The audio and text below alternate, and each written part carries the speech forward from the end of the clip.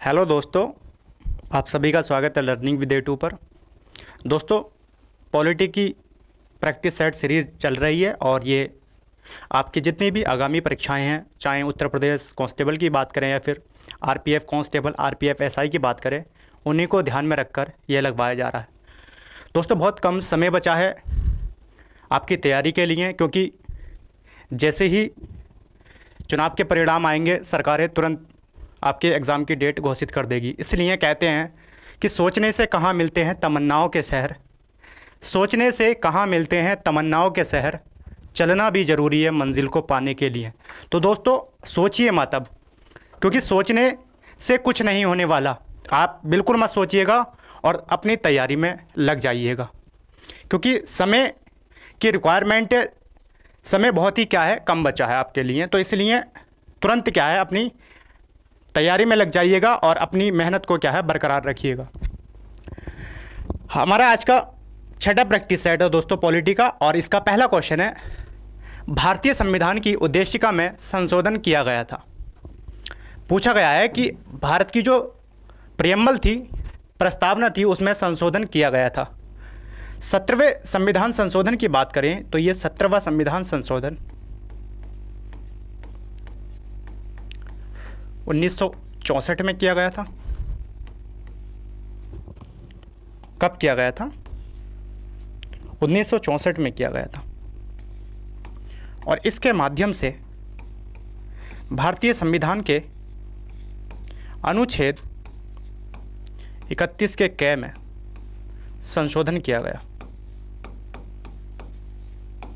और ये प्रावधान कर दिया गया था कि जो निजी खेती की भूमि है, अगर उसका सरकार अधिग्रहण करती है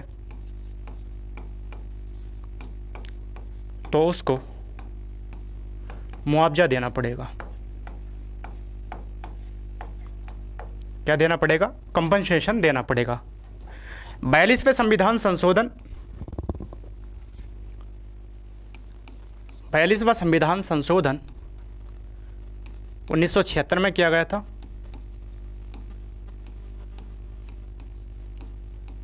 और ये संशोधन सरदार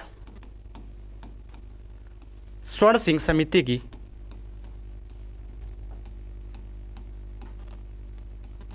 सिफारिशों पर किया गया था।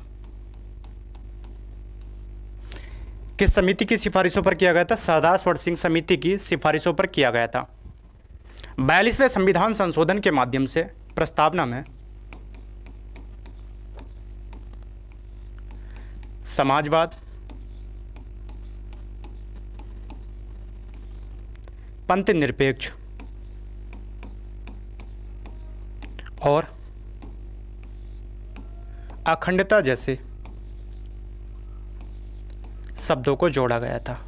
यानी अभी तक प्रस्तावना में एकमात्र संशोधन किया गया है और वह है 42वां संविधान संशोधन 1976। इस संशोधन के माध्यम से भारतीय संविधान की प्रस्तावना में समाजवाद, पंथ निरपेक्ष, अखंडता जैसे शब्दों को जोड़ा गया था। 44वां संविधान संशोधन 1978 में किया गया था और इस संशोधन के माध्यम से संपत्ति का जो मौलिक अधिकार था,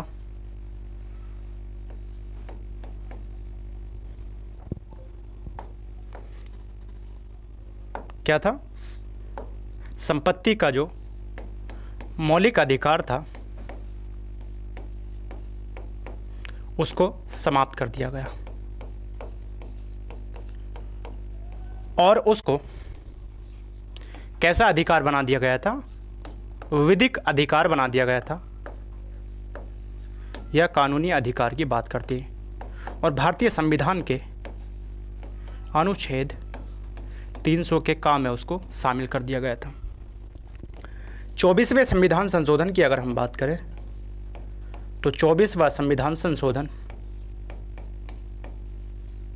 1971 में किया गया था और इसके माध्यम से यह प्रावधान कर दिया गया था कि राष्ट्रपति संविधान संशोधन विधेयकों पर किस पर? संविधान संशोधन विधेयकों पर अनिवार्य रूप से सहमति प्रदान करेंगे। सहमति प्रदान करेंगे। तो क्वेश्चन क्या पूछ रहा है? क्वेश्चन कह रहा है कि भारतीय संविधान की उद्देशिका में संशोधन किया गया था। कौन सा संशोधन किया गया था? 42वां संविधान संशोधन 1976। अभी तक प्रियम्बल में एकमात्र अमेंडमेंट किया गया था 42 अमेंडमेंट 1976 के माध्यम से। और इस अमेंडमेंट के माध्यम से भारतीय संविधान के प्रियम्बल में समाजवाद, पंथ निरपेक्ष, अखंडता जैसे शब्दों को शामिल किया गया था। तो इसका करेक्ट आंसर हमारा 42वां अमेंडमेंट हो जाएगा। दूसरा क्वेश्चन है, नागरिकता से संबंधित प्रावधान संविधान के किस भाग में है? भारतीय संविधान के भाग 1 की बात करते हैं तो भाग 1 किसकी बात करता है? संघ और उसका राज्य क्षेत्र की बात करता है। किसकी बात करता है? संघ और उसके राज्य क्षेत्र की बात करता है। अनुच्छेद की अगर हम बात करें तो अनुच्छेद 1 से लेकर 4 तक प्रावधान किया गया है। भाग 2 की अगर हम बात करें तो भारतीय संविधान का भाग 2 नागरिकता से संबंधित है, सिटीजनशिप से संबंधित है। और भारत में कैसी नागरिकता है? एकल नागरिकता है। सिंगल सिटीजनशिप का प्रावधान भारत में किया गया था। और ये जो एकल नागरिकता का प्रावधान है ये किस देश के संविधान से लिया गया है? ब्रिटेन के संविधान से लिया गया है। नागरिकता की अगर हम बात करें तो नागरिकता का प्रावधान भारतीय संविधान के अनुच्छेद 5 से लेकर 11 तक प्रावधान कर रखा है। भाग 3 की बात करते हैं तो भाग 3 में मौलिक अधिकारों का प्रावधान कर रखा है। और मौलिक अधिकारों का प्रावधान भारतीय संविधान के अनुच्छेद 12 से 35 तक मौलिक अधिकारों का प्रावधान कर रखा है। ये जो मौलिक अधिकार है इसको भारतीय संविधान में अमेरिका के संविधान से लिया गया है। भारतीय संविधान के भाग 3 को भारतीय संविधान का मैग्ना कार्टा कहा जाता है। भाग 4 की बात करें तो इसमें राज्य के नीति निर्देशक तत्वों का प्रावधान कर रखा है। और राज्य के नीति निर्देशक तत्वों का प्रावधान भारतीय संविधान के अनुच्छेद 36 से लेकर अनुच्छेद 51 तक प्रावधान कर रखा है। ये जो राज्य के नीति निर्देशक तत्व हैं इस प्रावधान को भारतीय संविधान में आयरलैंड के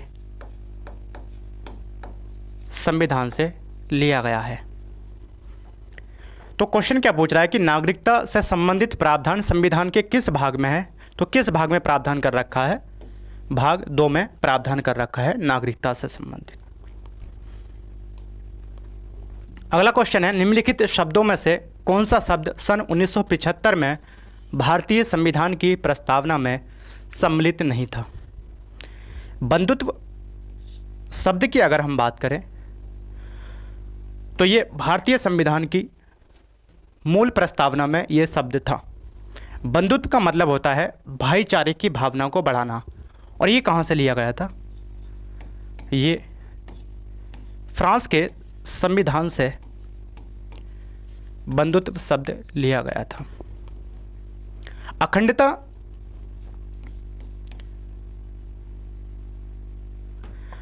अखंडता मूल संविधान का शब्द नहीं था, बल्कि इसको 42वां संविधान संशोधन कौन सा?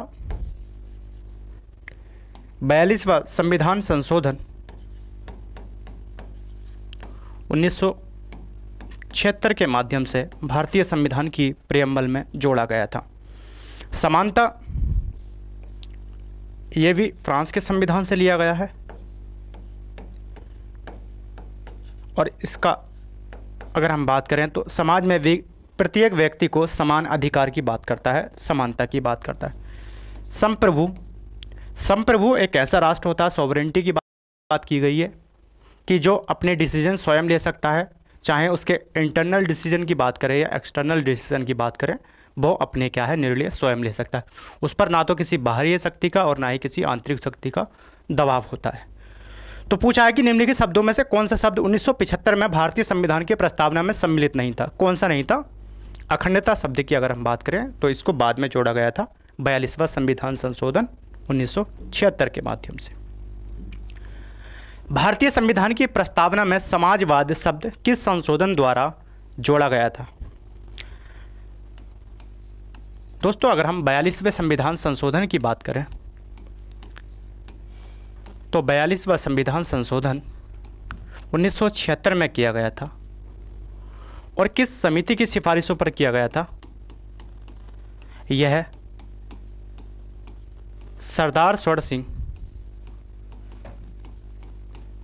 समिति की सिफारिशों पर किया गया था। इस संशोधन के माध्यम से भारतीय संविधान की प्रस्तावना में संशोधन किया गया और भारतीय संविधान की प्रस्तावना में 3 नए शब्दों को ऐड किया गया था। समाजवाद शब्द जोड़ा गया, पंथनिरपेक्ष और अखंडता जैसे शब्दों को जोड़ा गया था। अखंडता जैसे शब्दों को जोड़ा गया था। 52वां संविधान संशोधन 1985 में किया गया था और इसके माध्यम से भारतीय संविधान में एक नई अनुसूची जोड़ी गई थी। कौन सी? 10वीं अनुसूची जोड़ी गई थी और 10वीं अनुसूची में किसकी बात की गई है? दल बदल प्रावधान की बात की गई है। 42वां संविधान संशोधन 1976 में किया गया था। इसके माध्यम से प्रस्तावना में समाजवाद, पंथनिरपेक्ष और अखंडता जैसे शब्दों को जोड़ा गया था। 44वां संविधान संशोधन 1978 में किया गया था और इसके माध्यम से संपत्ति का जो मौलिक अधिकार था उसको विधिक अधिकार बना दिया गया था। संपत्ति का जो मौलिक अधिकार था उसको विधिक अधिकार बना दिया गया था। 44वें संविधान संशोधन 1978 के माध्यम से ही भारतीय संविधान के अनुच्छेद 352 में मंत्रिमंडल या फिर कैबिनेट शब्द जोड़ा गया। 74वां संविधान संशोधन 1992 में किया गया था और इसके माध्यम से भारतीय संविधान में एक नई अनुसूची जोड़ी गई थी, 12वीं अनुसूची जोड़ी गई। और ये जो 12वीं अनुसूची है इसका संबंध नगर पालिकाओं से है। 12वीं अनुसूची में नगर पालिकाओं के 18 विषयों का प्रावधान कर रखा है। तो क्वेश्चन पूछ रहा है कि भारतीय संविधान की प्रस्तावना में समाजवाद शब्द किस संशोधन द्वारा जोड़ा गया था? तो किस संशोधन के द्वारा जोड़ा गया था? 42वां संविधान संशोधन 1976 के माध्यम से समाजवाद शब्द को जोड़ा गया। भारतीय संविधान को कितने भागों में विभाजित किया गया है? अगर हम मूल संविधान की बात करें तो भारत के मूल संविधान में भाग 22 थे। अनुसूची, अगर हम अनुसूचियों की बात करें तो अनुसूचियां 8 थी, जबकि अनुच्छेदों की बात करें तो अनुच्छेद 395 थे। लेकिन अगर वर्तमान संविधान की बात की जाए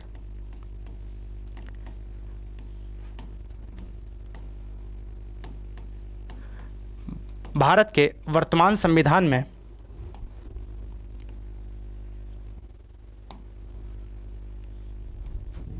भाग 22 से बढ़कर 25 हो गए हैं, अनुसूचियां 8 से बढ़कर 12 हो गई हैं, जबकि अनुच्छेद 395 से बढ़कर लगभग 470 से भी अधिक हो गए हैं। तो क्वेश्चन पूछ रहा है कि भारतीय संविधान को कितने भागों में विभाजित किया गया है? कितने भागों में विभाजित किया गया है? 25 भागों में विभाजित किया गया। अगर क्वेश्चन ये पूछता कि भारत के मूल संविधान को कितने भागों में विभाजित किया गया था, तो कितने भागों में विभाजित किया गया था? 22 भागों में विभाजित किया गया था।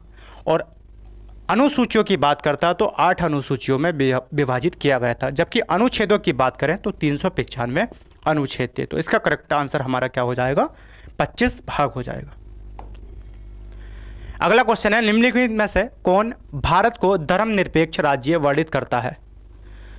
मौलिक अधिकार की अगर हम बात करें तो भारतीय संविधान के भाग 3 में मौलिक अधिकारों की बात की गई है। फंडामेंटल राइट्स की बात की गई है, जबकि अनुच्छेदों की अगर हम बात करें तो 12 से लेकर अनुच्छेद 35 तक मौलिक अधिकारों का प्रावधान कर रखा। ये जो भारतीय संविधान का भाग 3 था, इसको भारतीय संविधान का मैग्ना कार्टा कहा जाता है।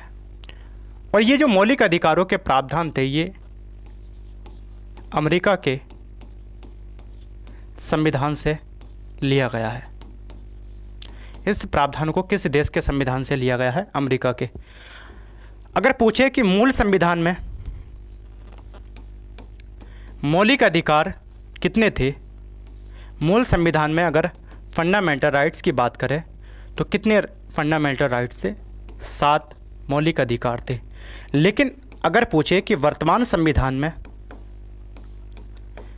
कितने मौलिक अधिकार हैं, तो वर्तमान संविधान में मौलिक अधिकारों की संख्या 6 है। यानी अगर हम 7वें मौलिक अधिकार की बात करें तो 44वां संविधान संशोधन 1978 के माध्यम से संपत्ति के अधिकार को विधिक अधिकार बना दिया गया है, कानूनी अधिकार उसको बना दिया गया। तो पहले संपत्ति का अधिकार मौलिक अधिकार था, लेकिन 44वें संविधान संशोधन के माध्यम से उसको कानूनी अधिकार बना दिया।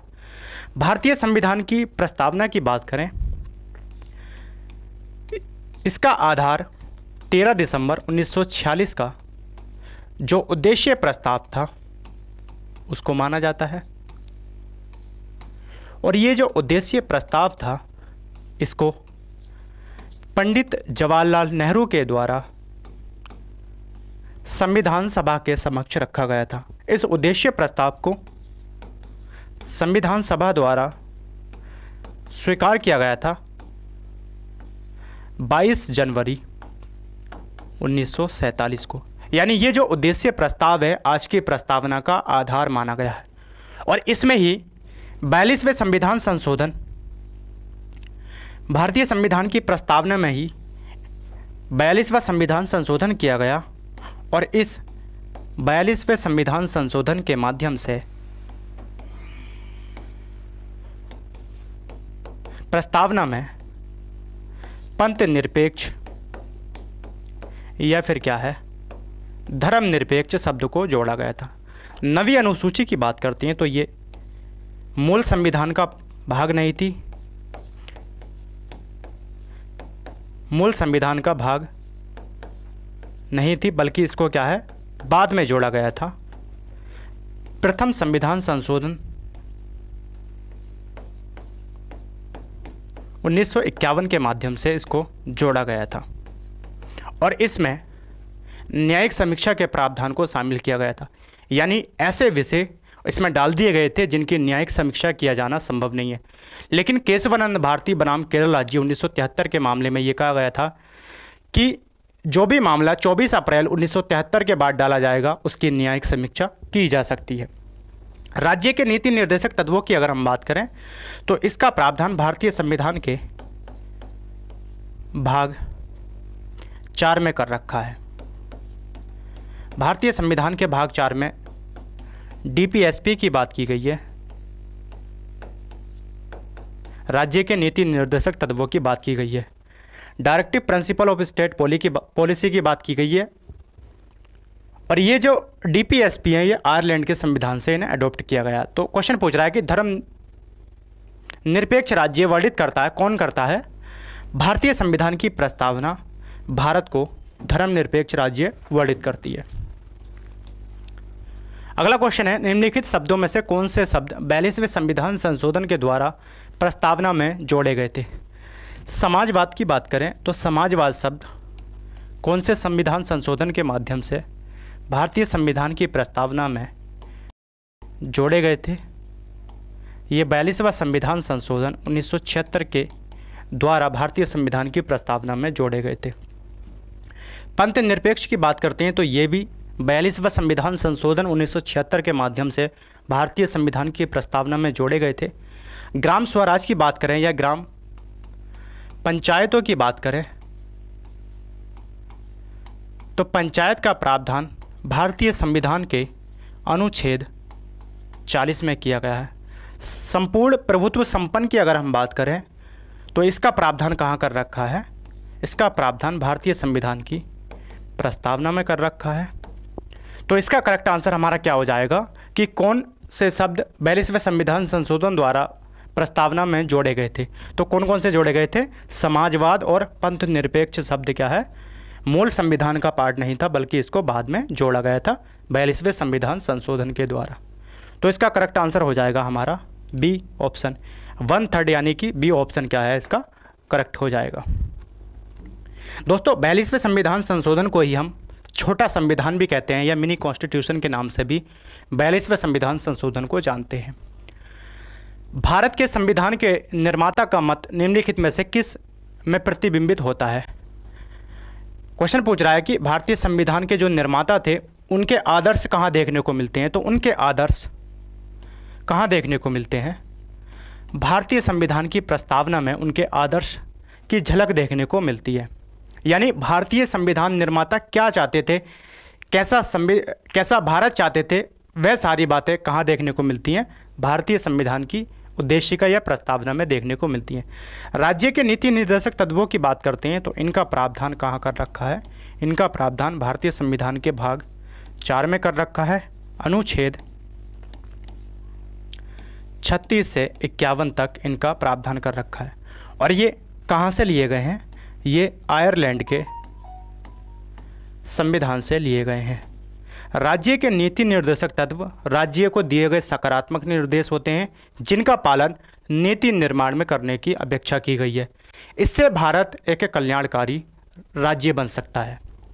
मूल कर्तव्य की बात करते हैं तो ये मूल संविधान का पार्ट नहीं था बल्कि इसको बाद में जोड़ा गया था। 42वां संविधान संशोधन 1976 के माध्यम से इसको भारतीय संविधान के भाग 4 का और अनुच्छेद 51 के काम में शामिल किया गया था। ये जो 42वां संविधान संशोधन था ये सरदार सरोवर सिंह समिति की सिफारिशों पर हुआ था। तो सरदार सरोवर सिंह समिति की सिफारिशों पर कितने मौलिक कर्तव्य जोड़े गए थे? अगर हम इसकी बात करें, सरदार सरोवर सिंह समिति की सिफारिशों पर 10 मौलिक कर्तव्य जोड़े गए थे। लेकिन वर्तमान संविधान की बात करें तो वर्तमान संविधान में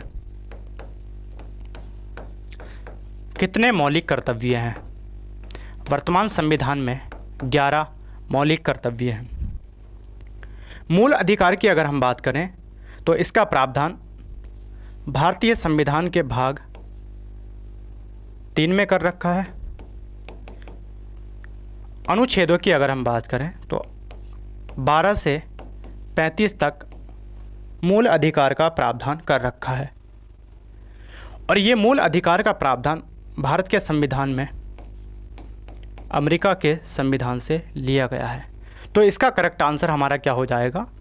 उद्देशिका हो जाएगा, प्रियम्बल हो जाएगा, यह प्रस्तावना इसका करेक्ट आंसर हो जाएगा। अगला क्वेश्चन है, संविधान में हमारे राष्ट्र का उल्लेख किन किन नामों से किया गया है? अगर हम भारतीय संविधान के अनुच्छेद 1 की बात करें तो अनुच्छेद 1 क्या कहता है? अनुच्छेद 1 कहता है कि भारत अर्थात इंडिया क्या होगा? भारत अर्थात इंडिया राज्यों का संघ होगा। किसकी बात की गई है? राज्यों के संघ की बात की गई। जबकि प्रियम्बल में अगर हम बात करें तो प्रियम्बल में कहा गया है कि हम भारत के लोग भारत को एक संप्रभुत्व, संपूर्ण संपन्न समाजवाद, धर्मनिरपेक्ष, लोकतांत्रिक गणराज्य स्थापित करने हेतु इसके समस्त नागरिकों को न्याय की बात करता है। तो इसका मतलब ये हुआ कि भारतीय संविधान का आर्टिकल भारत के कितने नामों का उल्लेख करता है? 2 नामों का उल्लेख करता है। कौन कौन से? भारत और दूसरा इंडिया की बात करता है।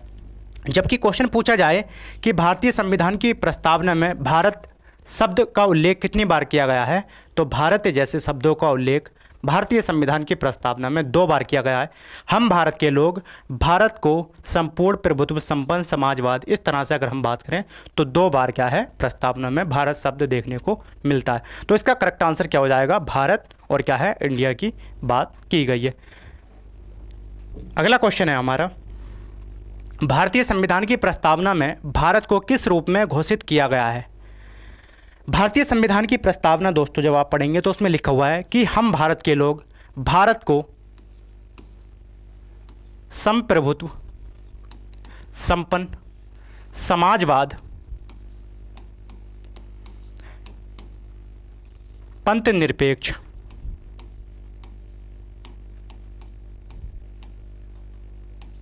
लोकतांत्रिक,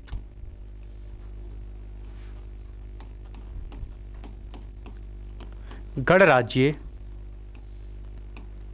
स्थापित करने हेतु इसके समस्त नागरिकों को सामाजिक, आर्थिक, राजनीतिक न्याय, विचार, अभिव्यक्ति, धर्म, विश्वास, पूजा की स्वतंत्रता, प्रतिष्ठा, अवसर की समानता, व्यक्ति की गरिमा और राष्ट्र की एकता, अखंडता को सुनिश्चित करने वाला भाईचारा बढ़ाने के लिए दृढ़ संकल्पित होकर आज 26 नवंबर 1949 को भारतीय संविधान को अंगीकृत, अधिनियमित, आत्मा अर्पित करते हैं। तो इस तरह से क्या है? भारतीय संविधान की प्रस्तावना लिखी गई है। तो भारतीय संविधान की प्रस्तावना में भारत को किस रूप में घोषित किया गया है? संप्रभुत्व, संपन्न की बात की गई है, समाजवाद की बात की गई है, पंथ निरपेक्ष की बात की गई है, लोकतांत्रिक और गणराज्य की बात की गई है। तो हमारा कौन सा ऑप्शन करेक्ट हो जाएगा? सार्वभौम की बात की गई है, समाजवाद, धर्मनिरपेक्ष की बात की गई है, प्रजातांत्रिक की बात की गई है और क्या है? गणराज्य। तो इसका करेक्ट आंसर हमारा क्या हो जाएगा? सी हो जाएगा। सार्वभौम की बात की गई है, समाजवाद, धर्मनिरपेक्ष, प्रजातांत्रिक या गणतांत्रिक, लोकतांत्रिक की बात करें और क्या है? गणतंत्र की यहाँ पर बात की गई है। तो दोस्तों मिलते हैं अगली क्लास में, बने रहिएगा और क्लास को ज़्यादा से ज़्यादा लोगों को शेयर करिएगा।